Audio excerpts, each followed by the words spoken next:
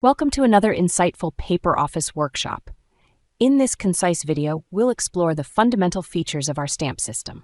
With just a single stamp, you can effortlessly streamline document status updates, collaborate seamlessly with team members, and even initiate comprehensive workflows. Witness the simplicity of it all. Let's dive right in. We'll start by examining a document currently marked as has to be checked, as indicated by its document status. But don't fret. Thanks to our stamp, I'll demonstrate how to swiftly automate the status change. Before we proceed, we'd like to underscore the significance of your support.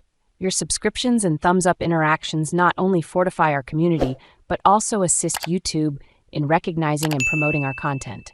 So if you haven't subscribed yet, we kindly urge you to subscribe to our channel to stay updated. Additionally, explore our social media platforms for more captivating content. Now let's continue. As you can see on the screen, navigate to Stamps and select Manage Stamps. For this illustrative example, we'll utilize the stamp labeled Approved. Now the thrilling part arrives, the Automatic Actions tab. Would you like the document status to be updated automatically upon stamp application? Absolutely. Simply tick the Change Document Status box and select the desired new status, in our case, Approved. If you wish to notify someone via email, check the Send Email Info To box and input the relevant email address.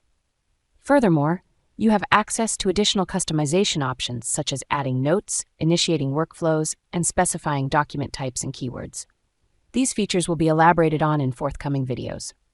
With the current settings saved, you can now close the window. That's it.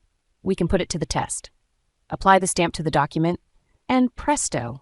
The predefined actions will be executed instantaneously. A quick glance reveals that the document is now marked as approved, and you've received a new notification. This seamless process will unfold with every document that bears the approved stamp. And that's a wrap for the current video. Thanks for tuning in. Stay tuned for upcoming videos where we'll introduce more stamp options.